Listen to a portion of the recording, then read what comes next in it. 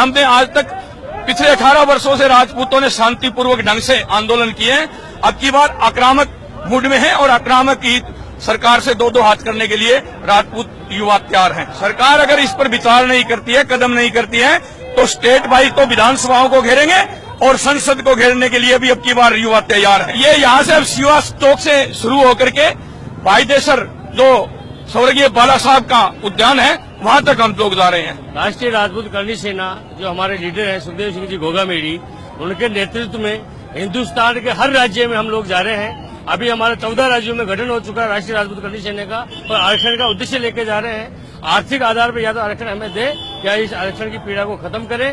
नहीं करेंगे तो उग्र आंदोलन तो हम कर ही रहे हैं। अभी शांतिपूर्ण जो काम कर रहे हैं अगर सरकार नहीं मानेगी, उग्र रूप धारण करने में हम पीछे नहीं है। राजपूत समाज किसी भी कंडीशन में अब पीछे खिसकने वाला नहीं है। राष्ट्रीय राजपूत करणी सेना हिंदुस्तान।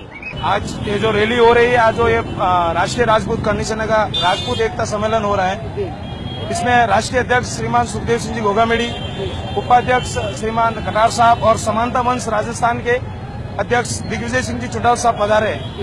आज ये जो राजपूत सम्मेलन हो रहा है, इसका एक ही मकसद है कि पूरे भारत में आरक्षण को लेकर कई मुहिम चलाई गई।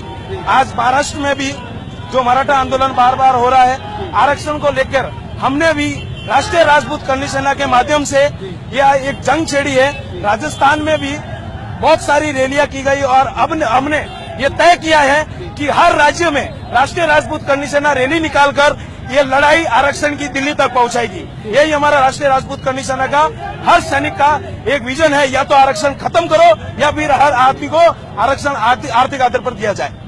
वो बीजेपी सरकार, उनके बारे में ज्यादा ऐसा बोल भी नहीं सकते, लेकिन सरकार वोट बैंक की राजनीति करती है और कई बार करती आई है। सरकार को एक ही है कि उनको वोट चाहिए तो वो कुछ भी करेंगे, और जब राजपूतों के या अपने क्षत्रियों के वोट चाहिए तो क्षत्रियों को यूज किया जाता है। लेकिन अब ये नहीं होगा, अब आर पार की लड़ाई होगी, या तो आरक्षण दो या आरक्षण खत्म करो।